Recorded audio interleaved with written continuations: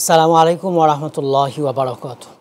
আলহামদুলিল্লাহি ওয়াহদা ওয়াসসালাতু ওয়াসসালামু আলা আবদিহিল মুস্তাবা আল মুস্তাফা ওয়া আলা আলিহি ওয়া সাহবিহি রাশাদা। প্রিয় দর্শক, সওয়াল-জবাব অনুষ্ঠান থেকে স্বাগত জানাচ্ছি। দেশ কিংবা দেশের বাইরে যে যেখান থেকে অনুষ্ঠান দেখছেন, আশা রাখি ভালো আছেন। আমরা দোয়া করি আল্লাহ তাআলা আপনাদের সবাইকে সব জায়গায় সবসময় ভালো রাখুন। দর্শক, ইসলাম জ্ঞান অর্জনের ব্যাপারে খুবই উৎসাহিত করেছে, এটাকে ফরজ করে দিয়েছে, গুরুত্ব দিয়েছে। কোরআন মাজিদের ৯২টা আয়াতে জ্ঞান অর্জনের ব্যাপারে বলা হয়েছে। আজ পৃথিবীতে যে জাতি যত বেশি শিক্ষিত, তারাই তত সমৃদ্ধ উন্নত। তা আমাদের জ্ঞান অর্জন করতে হবে। অজ্ঞতার ঔষধ হচ্ছে আর সোয়াল, বেশি বেশি প্রশ্ন করা। আমরাও ইসলাম সম্পর্কে জেনে তারপর আমল করব। আজ আমাদের প্রশ্নের জবাব দেওয়ার জন্য আমাদের সাথে রয়েছেন বিশিষ্ট ইসলামী চিন্তাবিদ, শিক্ষাবিদ, মুহাদ্দিস ডক্টর আবুল কালাম আজাদ বাশার। আসসালামু আলাইকুম ওয়া রাহমাতুল্লাহ। ওয়ালাইকুম আসসালাম ওয়া রাহমাতুল্লাহি ওয়া বারাকাতুহু। মোহতারাম, কেমন আছেন শাফিক? আলহামদুলিল্লাহ, আপনি ভালো আছেন? আলহামদুলিল্লাহ, আমিও ভালো আছি। আজ যে প্রথম প্রশ্ন দিয়ে শুরু করতে যাচ্ছি সেটা হলো, প্রথম স্ত্রী মারা গেছে, দ্বিতীয় বিয়ে করলে প্রথম স্ত্রী কষ্ট পাবেন কিনা? এটা আমাদের সমাজে প্রচলিত কথা রয়েছে। আলহামদুলিল্লাহ, ওয়াসসালাতু ওয়াসসালামু আলা রাসূলিল্লাহ বাদ। আসলে প্রথম স্ত্রী জীবিত থাকতেই যদি দ্বিতীয় বিয়ে করে কোনো পুরুষ, এতেও প্রথম স্ত্রীর কষ্ট পাওয়ার অধিকার নাই। জি জি। কষ্ট পাবেন কিনা সেটা ভিন্ন বিষয়, কিন্তু কষ্ট পাওয়ার অধিকার নাই। কারণ আমরা যেহেতু আল্লাহর বান্দা, আল্লাহর বান্দি, তাই আমাদের সব কিছু আল্লাহ এবং তার রাসূলের অর্ডার কর্তৃক নিয়ন্ত্রিত হওয়া উচিত। জি জি। শরীয়তের বিধান কর্তৃক নিয়ন্ত্রিত হওয়া উচিত। ইসলাম একজন পুরুষকে তার প্রয়োজনে সমান অধিকার দেওয়ার শর্তে 4 বিয়ে পর্যন্ত করার অধিকার একসাথে দিয়েছেন। আল্লাহ বলেছেন, ফানকিহু মা তাবা লাকুম মিনান নিসাই মাসনা ওয়া সুলাসা ওয়া রুবা ওয়া ইন খিফতুম আল্লা তা'দিলু ফাওয়াহিদা। যে তোমার যদি প্রয়োজন হয় আর তুমি সমতা বিধান করতে পারবে, তুমি এটা নিশ্চিত থাকো, জি জি, তাহলে তুমি প্রয়োজনে 2টি বিয়ে, 3টি বিয়ে, 4টি করো। তো যদি মানুষ কষ্ট পাইতো, আল্লাহ বিধান দিতেনই না, দিতেন না। এখন আমাদের দেশে মানুষেরা আসলে এটা দ্বিতীয় বিয়ে শব্দটা শুনলে চমকে ওঠে, কিন্তু জেনাবে বিচার শুনলে চমকে ওঠে না। ঘরে বউ আছে এমন পুরুষ বাহিরে পরনারী আসক্ত, হোটেলে রাত কাটাচ্ছে, এটা সমাজ জানে। এটা জানার পরও চমকে ওঠে না। অথচ শরীয়তে বিষয়টা কত শক্ত ছিল। বিবাহিত পুরুষ যদি জেনা করে, তাকে পাথর মেরে হত্যা করতে হবে। তো যেটাতে আল্লাহ চমকে ওঠে, শরীয়ত চমকে ওঠে, আমাদের দেশের মানুষ এটা শুনলে কয়, ও এটা করে, পয়সা আছে। কিন্তু সে বিয়ে করবে শুনলে বলে কি ঘরে বউ সে আবার বিয়ে করবে? চরিত্রে সমস্যা আছে। দ্বিতীয় বিয়ে করছে মানে সে চরিত্র ভালো না। আর জেনাবে বিচার করছে, তাকে নিয়ে কোনো মন্তব্য নেই। আর যদি স্ত্রী মরে যায়, যে প্রশ্ন আপনি করলেন, সেখান থেকে তো কষ্ট পাওয়ার প্রশ্ন থাকার কথাই না। জি জি। আর তিনি তো মরেই গেলেন, তো কষ্ট পাওয়ার কি আছে? যদি আমাদের দেশে কেউ কেউ বলে যায়, মরার আগেও বলে যায়, দেখো বিয়ে করো না, আজীব বিষয়। আবার কেউ কেউ বলে বিয়ে করো, তবে তাড়াতাড়ি করো না। আবার যদি তাড়াতাড়ি করে, তাহলে আগে স্ত্রীকে মনে ভালোবাসতো না। এগুলো একবারে অবান্তর কথা। জি জি। রাসূলুল্লাহ সাল্লাল্লাহু আলাইহি ওয়াসাল্লাম সবচেয়ে বেশি ভালোবাসতেন তার স্ত্রীদের মাঝে খাদিজা এবং আয়েশা রাদিয়াল্লাহু তাআলা আনহাকে। খাদিজা রাদিয়াল্লাহু তাআলা আনহার জীবদ্দশায় রাসূল দ্বিতীয় বিয়ে করেননি। কিন্তু আয়েশার জীবদ্দশায় মা আয়েশাকে বিয়ে করলেন। কেউ বলেছেন আয়েশা রাসূলের দ্বিতীয় স্ত্রী ছিল, কেউ বলেছেন না, তিনি ছিলেন তৃতীয় স্ত্রী। আয়েশার আগে রাসূল সাউদা রাদিয়াল্লাহু তাআলা আনহাকে বিয়ে করেছেন। তাহলে আয়েশা যদি তৃতীয় হয়, তাহলে তৃতীয় স্ত্রীর পরে রাসূল তো বিয়ে করছেন মোট 11টা, তাহলে পরে আরো 8 জন করছেন। আচ্ছা, এই প্রশ্ন কি কোনোদিন আয়েশা করছে যে আপনি আমাকে কম ভালোবাসেন? বরং আমরা তো আজকে 1450 বছর পরেও জানি রাসূলুল্লাহ সাল্লাল্লাহু আলাইহি ওয়াসাল্লাম ওনার স্ত্রীদের মাঝে আয়েশাকে সবচেয়ে বেশি মহব্বত করতেন। তো পরে যখন তিনি চতুর্থ বিয়ে করলেন, পঞ্চম বিয়ে করলেন, ষষ্ঠ বিয়ে করলেন, সপ্তম বিয়ে করলেন, এই প্রশ্ন তো ওঠেনি যে আয়েশাকে তিনি ভালোবাসেন না। হ্যাঁ, আমরা এই কথা দ্বারা মানুষকে বহু বিবাহ করার জন্য উৎসাহিত করছি, তাও কিন্তু না। জি জি। বরং আমরা বিষয়টাকে জেনারেলাইজ করতে চাই, এটাকে স্বাভাবিক রাখতে চাই, ঠিক যেভাবে এটা ছিল আমরা সে জায়গায় রাখতে চাই। একজন পুরুষ যদি একটি বিয়ে করে সন্তুষ্ট থাকে, ইসলাম তাকে বলেনি দ্বিতীয় বিয়ে করলে সওয়াব বেশি। জি জি। যদি ইসলাম বলতো দ্বিতীয় বিয়ে করলে সওয়াব বেশি, তাহলে আমার প্রশ্ন উঠতো যে কেন? কিন্তু ইসলাম বলেছে জায়েজ। কিন্তু আমরা জায়েজটা পর্যন্ত মানতে পারছি না। আর যখন ইসলামের সাধারণ বিধানগুলোকে মানুষ ইগনোর করবে, তখনই কিন্তু অশান্তি তৈরি হবে। আর আজকে দ্বিতীয় বিয়ে মরার পরে করলেও অশান্তি, আর বেঁচে থাকতে ওটা তো অভাবনীয়। রেজাল্ট কি দাঁড়ালো? জেনা ব্যভিচার বেড়ে গেল। রেজাল্ট কি দাঁড়ালো? যে সমস্ত বোনদের স্বামী মারা যায়, ওই বিধবা নারী স্বামী পায় না। জি। যে সমস্ত বোনেরা তালাক প্রাপ্ত হয়, তালাক হতে পারে না ভাই? অবশ্যই তালাক তো হতেই পারে, হতেই পারে। কিন্তু এই মেয়েটার কেউ বিয়ে করে না, কারণ আহারে যে সমস্ত মেয়েদের বিয়ে হয়নি তারাই তো স্বামী পাচ্ছে না, কারণ পুরুষ এবং নারী রেশিও তো মোটামুটি কাছাকাছি কাছাকাছি। তাহলে যাদের স্বামী মারা গেল, যারা তালাক প্রাপ্ত হলো, তাদের বিয়েটা হবে কোত্থেকে? হ্যাঁ, ওই বিধবা নারী মনে মনে বলে, যদি একটি স্বামী পেতাম, এবং এমন স্বামী যদি পেতাম যার বউ আছে, তাও আমি বিয়ে করতাম। কিন্তু তার স্বামী জীবিত থাকতে তাকে যদি বলা হতো তোমার স্বামী আরেক বিয়ে করবে, সে লাঠি নিয়ে দাঁড়ায় যেত। কি? অথচ সে নিজে এখন বলছে যে আমার স্বামী যদি হতো, আরেকজন বউ আছে, তাও আমি রাজি। আসলে আমরা কি জানেন, স্বার্থপর হয়ে গেলাম। আল্লাহর দেয়া সুযোগ সুবিধা আমরা আবার সুবিধা মতো গ্রহণ করি। দ্বিতীয় বিয়ে করার পরে প্রথম বউর খবর নেয় না, প্রথম বাচ্চা কাচ্চাগুলোর খবর নেয় না। এই যে জুলমের আচরণ, এটা দেখেও কিন্তু আমরা আবার ভয় পাই দ্বিতীয় বিয়ে ঠিক না। না হয় শরীয়তের এই বিষয়গুলো একবারে স্বাভাবিকই ছিল, কল্যাণও করেছিল। তো এই জন্য দ্বিতীয় বিয়ে করলে মরা বউ কষ্ট পাবে মোটেও না। হাসানতা, অন্য প্রশ্নে যাব। বিসমিল্লাহ এর পরিবর্তে অনেকে 7, 8, 6 লিখে থাকে, 786। এ ধরনের শব্দ আমরা লিখতে পারবো কিনা? বিসমিল্লার কোনো বিকল্প নাই, সুতরাং বিসমিল্লার বিকল্প হিসাবে 786 বা 7, 8, 6 লিখে দেবে এবং মনে মনে ভাববে বিসমিল্লাহ লেখা হয়ে গেছে বা সওয়াব আল্লাহ দিয়ে দিয়েছে। মোটেও তা নয়, একবারে অবান্তর চিন্তা। আর এটা সঠিকও নয়।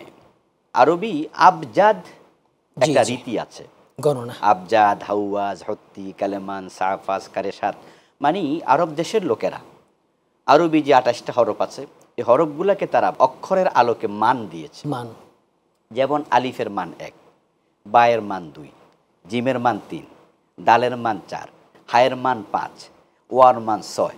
এভাবে আবজাদ, হাওয়াজ, হত্তি, কালেমান, সাফাস, এভাবে দিচ্ছে, বুঝলেন? তো করতে গিয়ে ওই মান থেকে তারা বিসমিল্লাহর অক্ষর বাইর করছে। বায়ের মান কত, সিনের মান কত, করে করে কেউ 786 বের করছে যোগফল। অথচ আমি দেখি বিসমিল্লাহ হরফ হচ্ছে 19টা। এবং এগুলোর যখন ওই আরবদের দেয়া সেই মান নির্ধারণ করা হয়, তখন 786 হয়ও না। তাহলে 786 লিখলে বিসমিল্লাহর বিকল্প তো হলোই না, বরং যে মানের কারণে লেখা হয় সেটাও সঠিক হলো না, সেটা সঠিক নয়। কে বা কারা আমাদের দেশে এটা চালু করে দিয়েছে আল্লাহ ভালো জানে। সুতরাং আমরা যেখানে বিসমিল্লাহ বলা, বিসমিল্লাহ লিখা প্রয়োজন। যেমন সিটি লিখা শুরুতে বিসমিল্লাহ, খাবার শুরুতে বিসমিল্লাহ, যে কোনো ভালো কাজের শুরুতে বিসমিল্লাহ। এখানে আমরা 786 লিখে ফেললে বা 786 বললে বিকল্প হয়ে গেল, এটা মনে করার কোনো কারণ নেই এবং এটা ঠিক ধারণা নয়। পুরুষের চুল কাটার নিয়মটা কয়টা হতে পারে? কিভাবে চুল কাটতে পারে? পুরুষরা চুল কাটবে, রাসূলুল্লাহ সাল্লাল্লাহু আলাইহি ওয়াসাল্লাম উনি মূলত চুল কাটতেন হজের সময়, এবং সেটা তিনি হলক করতেন। যখন তিনি উমরা করতেন এবং যখন তিনি হজ করেছেন, তখন তিনি হলক করেছেন, মাথা মুন্ডন, মাথা একবারে ব্লেড দিয়ে মুন্ডন করে ফেলা। এটা একটা সিস্টেম, এবং এটা হওয়া দরকার শুধু হজের সময়। রাসূল সাল্লাল্লাহু আলাইহি ওয়াসাল্লাম স্বাভাবিকত তিনি মাথা মুন্ডন করতেন না, তিনি বরং বাবরি চুল রাখতেন, বাবরি কাজ। তাইলে আমরা যদি রাসূল সাল্লাল্লাহু আলাইহি ওয়াসাল্লামের দিকে তাকাই, তাহলে আমরা সেখানে দেখব যে লম্বা চুল রাখা সুন্নাহ, এবং সেটাও তিনি আপনার ওয়াফরা, লিম্মা, জিম্মা, 3 রকমের, 3টা। একবার কাঁধ পর্যন্ত ঝুলিয়ে দিয়েছেন, অথবা কানের লতি পর্যন্ত এনেছেন একবারে নিচে, কখনো কখনো কাঁধ এবং কানের লতি দুটোর মাঝখানে রেখে মাঝামাঝি। তাহলে লতি বরাবর, অথবা কাঁধ মাঝ বরাবর, অথবা কাঁধ বরাবর। এই 3 প্রকারের চুল প্রিয় নবী থেকে আমরা পাই। এই 3টাই হলো বাবরি চুলের সুন্নাহ। জি। আচ্ছা, এখন যখন তিনি মুন্ডন করছেন, তখন তো এটা একদিনে বাবরি হয়ে যায় নাই, এর আগ পর্যন্ত ছোট ছিল। এই ছোট রাখা, আমরা যারা বাবরি রাখি না, আবার মুন্ডনও করি না, আমরা একটু ছোট কেটে ছোট রাখি, এটাকে জায়েজ বলা হয়েছে। তাহলে কেটে ফেলা হজে সুন্নাহ, বাবরি রাখা স্বাভাবিক অবস্থায় 3 নিয়মের যে কোনো এক নিয়মে সুন্নাহ, আর ছোট ছোট করে রাখা পুরুষদের জন্য এটা জায়েজ। আবার মাথায় আমরা এখন দেখি বিদেশিদের অনুসরণ করে কোথাও চুল রাখে, কোথাও চুল রাখে না। এ ব্যাপারে ইসলাম কি বলছে? এটা নিষেধ। রাসূলুল্লাহ সাল্লাল্লাহু আলাইহি ওয়াসাল্লাম অন্য জাতির অনুকরণ করতে নিষেধ করেছেন। বরং তিনি কিছু কিছু ক্ষেত্রে তো বলেছেন যে বিশেষ করে ধর্মীয় ক্ষেত্রে যদি অন্য জাতির অনুসরণ করা হয়, মান তাশাব্বাহা বিকাউমিন ফাহুয়া মিনহুম, অন্য জাতির অনুসরণ করলে সে তাদেরই অন্তর্ভুক্ত বলে গণ্য হবে। এজন্য শরঈ ব্যাপার এটা করবেই না। শরঈ ব্যাপারের বাহিরেও ধর্মীয় কিছু কালচার আছে যেগুলোতে বোঝা যায় যে এটা মুসলিমদের কালচার নয়, এটা করবে না। এবং বিশেষ করে আপনার যেমন ধরেন যারা হিন্দু আছে, মুশরিক ছিল, তারা মাথার চুলে বেনি রাখতো, শুধু মানে চারদিক সব কাইটা মাথার তুলিতে লম্বা চুলের বেনি রাখতো। এটা তো সরাসরি একটা ধর্মেরই কালচার। আর আমাদের দেশে যারা ধরেন বিজাতীয় সংস্কৃতির ধারক বাহক আছে, অথবা বিভিন্ন খেলোয়াড় আছে, সিনেমার স্টাররা আছে, তাদের লাইফস্টাইল ফলো করে। একজন মুসলিম কিন্তু তার আদর্শ একজন সিনেমার নায়ককে বানাবে না, একজন বিধর্মী কোনো গায়ক নায়ককে বানাবে না, একজন খেলোয়াড়কে বানাবে না। লাকাদ কানা লাকুম ফি রাসূলিল্লাহি উসওয়াতুন হাসানা। প্রিয় নবী সাল্লাল্লাহু আলাইহি ওয়াসাল্লাম আমাদের মডেল, উসওয়া, কুদওয়া, নামুজাজ, আইডল। এই জন্য আমরা জীবনের সব ক্ষেত্রে তাকে অনুসরণ করব। আর যেটা করতে গেলে একটু কেমন কেমন লাগে, এটা কেন করবে? যেটা রুচিত তো বাদে, যে চুল এখানে কেমন লাগে, ওখানে কেমন রাখছে, এটা দেখতো তো মনে হয় যেন একটু কেমন বখাটে বখাটে একটা ভাব লাগে। এই জন্য আমরা বলবো যে শালীনতা এটা আসলে একটি মানবিক ব্যাপার। একজন ছেলে শালীন হবে, ভদ্র হবে, যাকে দেখলে পোলাইট মনে হবে, জেন্টেল মনে হবে, এটাই হওয়া উচিত। এটাকে প্রাধান্য যেন দেওয়া হয়। মেয়েদের চুলের ব্যাপারে, চুল কাটা মেয়েদের ব্যাপারে রাসূলুল্লাহ সাল্লাল্লাহু আলাইহি ওয়াসাল্লাম থেকে যেগুলো পাওয়া যায় সেগুলো পরচুলা ব্যবহার করা নিষেধ করা হয়েছে, এবং মেয়েরা পুরুষের সুরত ধরতে নিষেধ করা হয়েছে। তাহলে পরচুলা ব্যবহার করবে না, এটা একটা। অনেকের চুল একটু ছোট, তাই লম্বা করার জন্য অনেক লম্বা চুল ব্যবহার করছে, অথবা নিজের মাথার চুল একটু একটু করে কিন্তু আলাদা চুল নিয়ে যায়, এটা কিন্তু নিষেধ, এটা করবে না। আরেকটি হচ্ছে পুরুষের সুরত হয়ে যায় এমন প্রকারের চুল রাখবে না। রাসূল সাল্লাল্লাহু আলাইহি ওয়াসাল্লাম লানত করেছেন ওই সমস্ত পুরুষকে যে সমস্ত পুরুষ মহিলার সুরত ধরে, লানত করেছেন সে সমস্ত নারীকে যে সমস্ত নারী পুরুষের সুরত ধরে। তাহলে মাথার চুলটাও কিন্তু এটা সুরতের একটি অংশ। এই জন্য নারী মাথার চুলকে এমনভাবে রাখবে না যেমনভাবে রাখলে পুরুষের সুরত হয়ে যায়। আরেকটা হলো এমনভাবে বেনুনি পাকাবে না, চুল বাঁধবে না বেনুনি পাকিয়ে, যেটা ওঁটের আপনার ওই কুজের মতো মনে হয়, অর্থাৎ চুল পিছন দিয়ে এমন উঁচু করে তারপরে হ্যাঁ এটা ওঁটের কুজুর মতো হয়ে যায়। হাদিসে এটাও নিষেধ করা আছে। রাসূলুল্লাহ সাল্লাল্লাহু আলাইহি ওয়াসাল্লাম রুকু এবং সিজদায় কি কি দোয়া পড়তেন? রাসূলুল্লাহ সাল্লাল্লাহু আলাইহি ওয়াসাল্লাম রুকু এবং সিজদাতে তিনি পার্সোনাল নামাজে অনেক লম্বা দোয়া করতেন। জামাতে যখন নামাজ তিনি পড়াতেন ইমাম হয়ে, তখন তিনি সুবহানা রাব্বিয়াল আলা, সুবহানা রাব্বিয়াল আযীম, এর সাথে ছোটখাটো আরও কিছু শব্দ যোগ করে ভিন্ন ভিন্ন শব্দ রুকুতে দেওয়া আছে। এবং তিনি পিছনের দিকে খেয়াল রাখতেন যে আমার পিছনে অসুস্থ লোকেরা আছে, পিছনে এমন মাও নামাজে অংশগ্রহণ করেছে যার বাচ্চা ছোট বাচ্চা আছে, অথবা অসুস্থ রোগী আছে যে সেজদা দীর্ঘক্ষণ থাকতে পারবে না। এবং তিনি সাহাবায়ে কেরামকেও বলতেন তোমরা যারা ইমামতি করবে তারা মুসল্লির প্রতি রিআয়াত করবে। তাই লম্বা সেজদা তিনি নরমালি জামাতের নামাজে দিতেন না। সুবহানা রাব্বিয়াল আলা, সুবহানা রাব্বিয়াল আযীম এগুলো 3 বার পড়তেন তিনি। কিন্তু পার্সোনাল নামাজে সুবহানাল্লাহ তিনি এত দোয়া পড়তেন, এত তাসবিহ পড়তেন, বিভিন্ন রকমের তাসবিহ পাওয়া যায়, দোয়া পাওয়া যায়, লম্বা লম্বা দোয়া পাওয়া যায়। ইভেন মা আয়েশা রাদিয়াল্লাহু তাআলা তো বলতেন যে প্রিয় নবী রুকুতে গিয়েছেন, আমি মনে করতাম সেজদার কথা ভুলেই গেছেন কিনা। আবার তিনি সেজদা যাওয়ার পরে এত লম্বা সেজদা দিয়েছেন যে আমি ইন্তেকাল করেছে ভাবতাম, এবং তাকে আমি পায়ে ধরে চিমটি কাটতাম, তিনি পা নাড়া দিলে বুঝতাম যে না তিনি ইন্তেকাল করেননি। তাই সুবহানা রাব্বিয়াল আলা, সুবহানা রাব্বিয়াল আযীম অতটুকুই তাসবিহ শেষ মনে করা যাবে না, বরং কালান নবী সাল্লাল্লাহু আলাইহি ওয়াসাল্লাম আকরাবু মা ইয়াকুনুল আবদ মির রাব্বিহি ওয়া হুয়া সাজিদ ফাআকসিরুদ দুআ। প্রিয় নবী সাল্লাল্লাহু আলাইহি ওয়াসাল্লাম বললেন বান্দা যখন সিজদা যায় তখন সে আল্লাহর খুব নিকটে কাছাকাছি চলে যায়।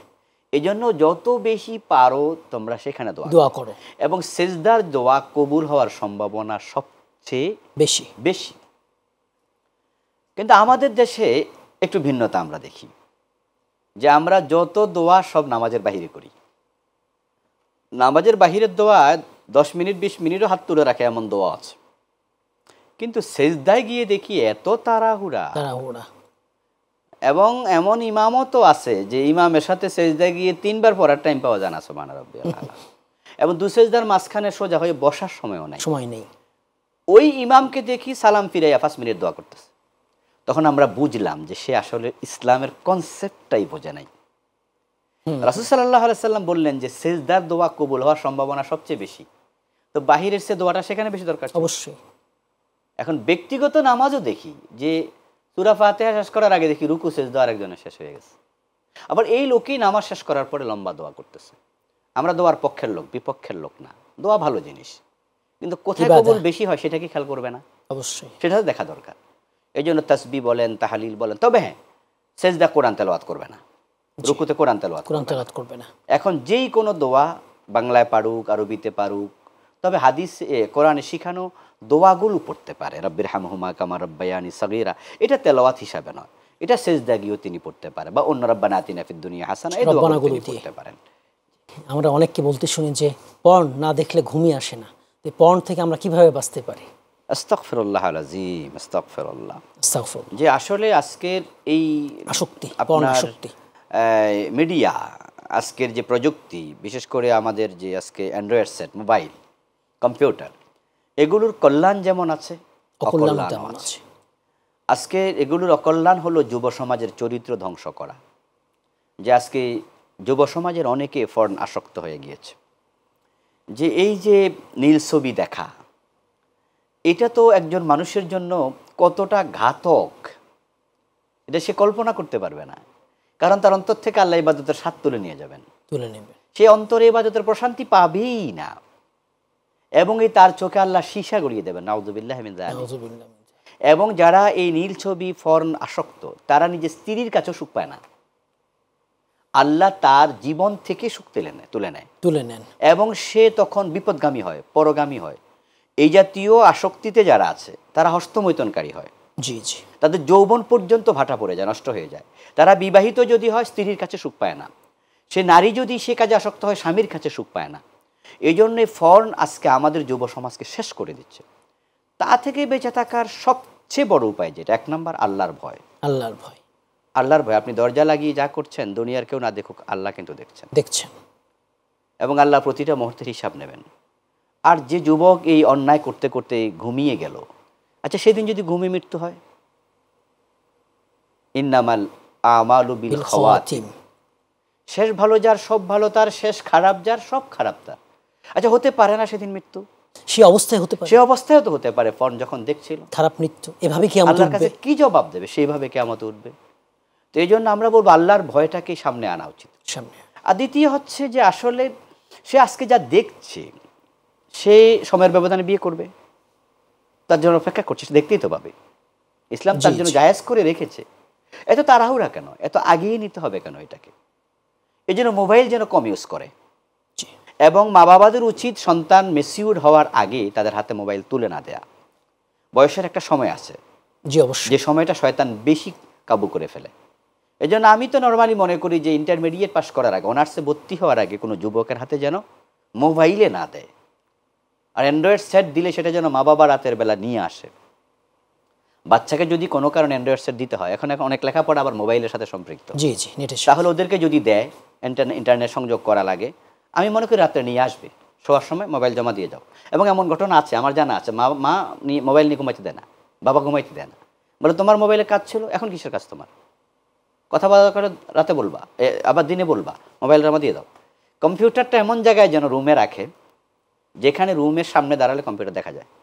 আপনি হাঁটবেন, চলবেন, ফিরবেন, কম্পিউটারটা কোনায় রাখবে না, টেবিলে কোনায় রাখবে না, বলবেন যে এমন জায়গায় রুমে রাখবে যেন আমি হেঁটে গেলে দেখতে পাই। বাবা মা খেয়াল করবেন বিষয়গুলো। তাহলে বাবা মা, আপনজন, আত্মীয় স্বজন যে দেখবে সেও ভাববে আবার কি দেখি, ওর দেখে ফেলে, অন্তরে একটা ভীতিও থাকবে, জি জি। এবং ঘরে যখন ঘুমাবে যুবক যুবতী বাচ্চা, কম্পিউটার রুমে থাকে, মোবাইল আছে, অবশ্যই দরজা লাগিয়ে ঘুমাবে না, দরজা খোলা রেখে ঘুমাবে, যে কোনো সময় মা বাবা যেন ঢুকতে পারে, জি জি। তাহলে এই পর্নাসক্ত যারা আছে তাদেরকে একটু ফিরিয়ে রাখা যাবে।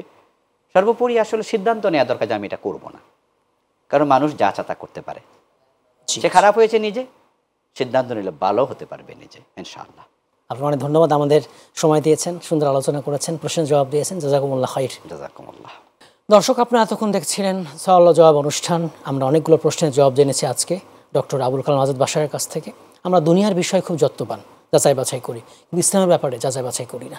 তা আমাদের পরকালীন স্বার্থে, অনন্ত জীবনের স্বার্থে ইসলামের বিষয়গুলো যাচাই বাছাই করতে হবে, যাচাই বাছাই করে আমল করতে হবে। কোরআন এবং সহিহ সুন্নাহর আলোকে যাচাই বাছাই করে জেনে আমল করতে হবে। আল্লাহ তাআলা তৌফিক দান করুন, আমিন।